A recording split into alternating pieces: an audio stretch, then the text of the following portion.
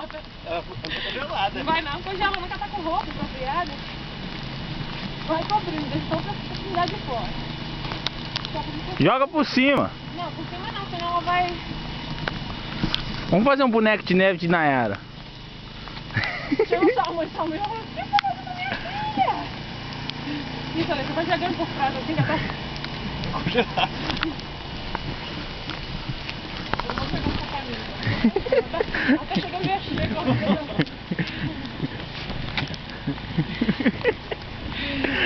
Come mais. Nayara na caminha dela, no bercinho, ó. Chama sua mãe, Thiago, pra ver. Ela fala assim, oh meu Deus, o que que estão fazendo com a Nayara? Cadê? Come só com a carinha dela pra Só fora. até a cara, você tem que bater um pouquinho pra o negócio aqui. Mas podia andar mais rápido, né? Você não vai congelar aqui debaixo.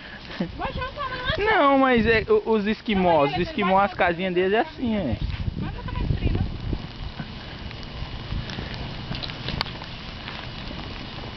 Vai, agora vai fazendo assim, ó. Pra fazer. Quer pôr o narizinho de palhaço aqui também, não? Chama sua mãe. Só que uma vez, gente. Ô, Carminha!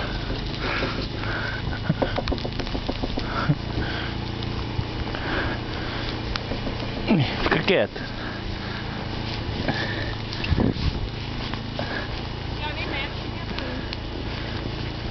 Você tem que abrir a porta pra você gritar ela. Quer ver, ó?